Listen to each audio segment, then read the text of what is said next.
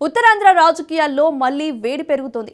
ఒకవైపు ప్రజా సమస్యలపై వైసీపీ ఉద్యమాలకు పదును పెడుతుంటే మరోవైపు కూటమి ప్రభుత్వం అభివృద్ధిని సమాధానంగా చూపించే ప్రయత్నం చేస్తుంది. ఎన్నికల ఓటమి తర్వాత కొంతకాలం సైలెంట్ గా కనిపించిన వైసీపీ ఇప్పుడు వరుసగా ప్రజా సమస్యలతో కూటమి ప్రభుత్వాన్ని టార్గెట్ చేస్తుంది. ఉత్తరాంధ్రలో ఏ అంశం చర్చకు వచ్చినా వైసీపీ వెంటనే రంగంలోకి దిగుతోంది. ప్రజా సమస్యలను రాజకీయ అస్త్రాలుగా మార్చుకుంటూ ప్రభుత్వాన్ని డిఫెన్స్లోకి నెట్టే ప్రయత్నం చేస్తోంది. అయితే ఉద్యమాల ద్వారా వైసీపీ కోల్పోయిన బలాన్ని తిరిగి సాధిస్తుందా?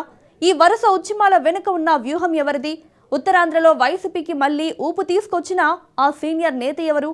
ఆ సీనియర్ నేత వ్యూహంతోనే ఫ్యాన్ పార్టీ దూకుడు పెంచిందా? Let's watch the story.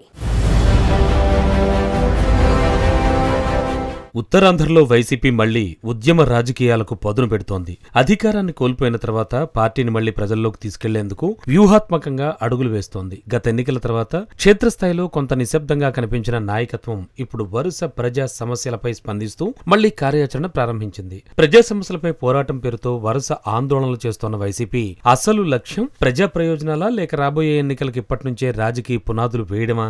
ఇటీవల ఉత్తరాంధ్రలో ఏ సమస్య వచ్చినా వైసీపీ వెంటనే స్పందిస్తోంది. ఉత్తరాంధ్రలో రాజకీయంగా బలమైన గుర్తింపున్న బొత్స సత్యనారాయణకు బాధ్యతలు అప్పగించడం కూడా అందులో భాగమే అని రాజకీయ పరిశీలకులు భావిస్తున్నారు. ఉత్తరాంధ్ర రాజకీయాల్లో వైసీపీ మరోసారి దూకుడు పెంచుతోంది. కూటమి ప్రభుత్వ నిర్ణయాలను ప్రజల్లోకి తీసుకెళ్లి రాజకీయంగా ఇరుకున పెట్టే వ్యూహంతో ముందుకు సాగుతోంది. ముఖ్యంగా మాజీ మంత్రి బొత్స సత్యనారాయణకు ఉత్తరాంధ్ర ఉద్యమాల బాధ్యత అప్పగించిన తర్వాత పార్టీ కేడర్ను మళ్లీ యాక్టివ్ చేయడంపై దృష్టి పెట్టినట్టుగా ప్రజా సమస్యలే ప్రధాన ఆయుధంగా వైసీపీ అడుగులు వేస్తుందనే చర్చ రాజకీయ వర్గాల్లో సాగుతోంది. ఇటీవల పంచదార కొండ తవ్వకాల వ్యవహారాన్ని వైసీపీ ప్రధానాస్త్రంగా మార్చుకుంది. కొండలను యథేచ్ఛగా తవ్వుతున్నారని, పర్యావరణానికి తీవ్ర నష్టం జరుగుతోందని ఆరోపిస్తూ బొత్స సత్యనారాయణ ఆధ్వర్యంలో ఆందోళనలు చేపట్టింది. ఇది కేవలం ఒక ప్రాంత సమస్య కాదని, ఉత్తరాంధ్ర సహజ సంపద పరిరక్షణకు సంబంధించిన అంశమని ప్రజల్లోకి తీసుకెళ్లే ప్రయత్నం చేస్తోంది. వైసీపీ అధికారంలో ఉండగా ఋషికొండను తవ్వేస్తున్నారంటూ అప్పటి ప్రతిపక్ష పార్టీల అధినేతలు చంద్రబాబు, పవన్ కళ్యాణ్ వంటి నేతలు పెద్ద ఎత్తున ఆందోళనలు చేశారు. కానీ అవే పార్టీలు అధికారంలోకి వచ్చాక విచ్చలవిడిగా కొండలను ధ్వంసం చేస్తున్నారు అంటూ వైసీపీ ఆందోళన బాట పట్టింది. బొత్సకి తరహా ఉద్యమాలు కొత్తేం కాదు. గతంలో విశాఖలో గీతం భూముల వ్యవహారంలో ప్రభుత్వ భూముల ఆక్రమణ జరిగిందంటూ వైసీపీ పెద్ద ఎత్తున పోరాటం చేసింది. 5,000 కోట్ల విలువ చేసే ప్రభుత్వ భూములు చంద్రబాబు, లోకేష్లు సొంతవారి కట్టబెడుతున్నారంటూ వైసీపీ ఆందోళనలు చేసింది. ఆ తరువాత శ్రీకాకుళం జిల్లా మూలపేట పోర్టు అంశాన్ని కూడా వైసీపీ కీలక రాజకీయ అంశంగా మార్చుకుంది. బొత్స సత్యనారాయణ నాయకత్వంలో మూలపేట పోర్టుకు పోదాం కార్యక్రమాన్ని నిర్వహించి పోర్టు నిర్మాణ పనులు వేగవంతం చేయాలని, రైతుల సమస్యలను పరిష్కరించాలని ప్రభుత్వాన్ని డిమాండ్ చేసింది. తమ హయాంలో ప్రారంభమైన ప్రాజెక్టును ప్రస్తుత ప్రభుత్వం నిర్లక్ష్యం చేస్తోందని ఆరోపిస్తూ ప్రజా ఉద్యమానికి రూపం ఇచ్చింది. ఇక విశాఖ స్టీల్ ప్లాంట్ అంశంలో కూడా వైసీపీ దూకుడు కొనసాగుతోంది. ప్లాంట్ పరిరక్షణ పేరుతో బొత్స సత్యనారాయణతో పాటు పార్టీ నేతలు వరుసగా గళం విప్పుతున్నారు. స్టీల్ ప్లాంట్ ను కాపాడాల్సిన బాధ్యత ప్రభుత్వాలపై ఉందని, ఉద్యోగులు, కార్మికుల ప్రయోజనాలను కాపాడాలని డిమాండ్ చేస్తూ నిరసనలు వ్యక్తం చేస్తున్నారు. తాజాగా విశాఖ తీరంలో మత్స్యకారులు గల్లంతైన ఘటనపై కూడా వైసీపీ స్పందించింది. బాధిత కుటుంబాలకు అండగా నిలిచింది. నర్సీపట్నం ప్రభుత్వ మెడికల్ కాలేజ్ ప్రైవేటీకరణ జరుగుతోంది అనే ఆరోపణలపై కూడా వైసీపీ గళం విప్పింది. ప్రభుత్వ వైద్య విద్యను బలహీనపరిచే ప్రయత్నాలు అడ్డుకుంటామని చెబుతూ బొత్స సత్యనారాయణ నాయకత్వంలో పార్టీ నిరసనలు చేపట్టింది కూడా. ఉత్తరాంధ్ర విద్య, వైద్య రంగాల పరిరక్షణ పేరుతో ఈ అంశాన్ని కూడా ప్రజల్లోకి తీసుకెళ్తోంది.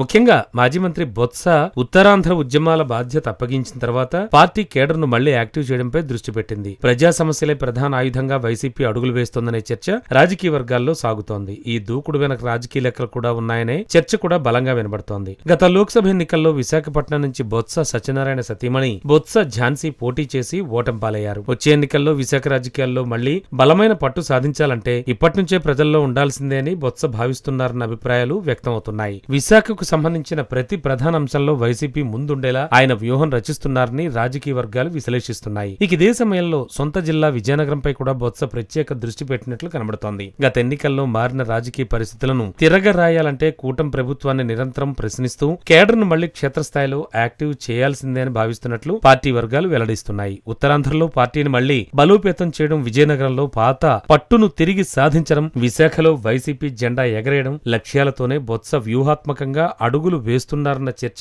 రాజకీయ వర్గాల్లో సాగుతోంది. ఉత్తరాంధ్రలో ఉద్యమ రాజకీయాలకు పదును పెడుతోన్న వైసీపీ బొత్స సత్యనారాయణ నాయకత్వంలో ప్రజా సమస్యలను రాజకీయ ఎజెండాలుగా మార్చే ప్రయత్నం చేస్తోంది. పంచదార కొండ నుంచి మూలపేట పోర్టు వరకు, విశాఖ స్టీల్ ప్లాంట్ నుంచి మత్స్యకారుల సమస్యలు, నర్సీపట్నం మెడికల్ కాలేజ్ వరకు వరుసగా ఉద్యమాలు చేపడుతోంది. ఈ దూకుడు ఉత్తరాంధ్ర రాజకీయ సమీకరణాలను ఎంతవరకు ప్రభావితం చేస్తుంది? ఈ రాజకీయ పోరులో ప్రజలు ప్రతిపక్షాన్ని విశ్వసిస్తారా లేక ప్రభుత్వ పనితీరుకే మద్దతిస్తారా? ఈ ప్రశ్నలకు సమాధానం రానున్న రోజుల్లోనే తేలనుంది.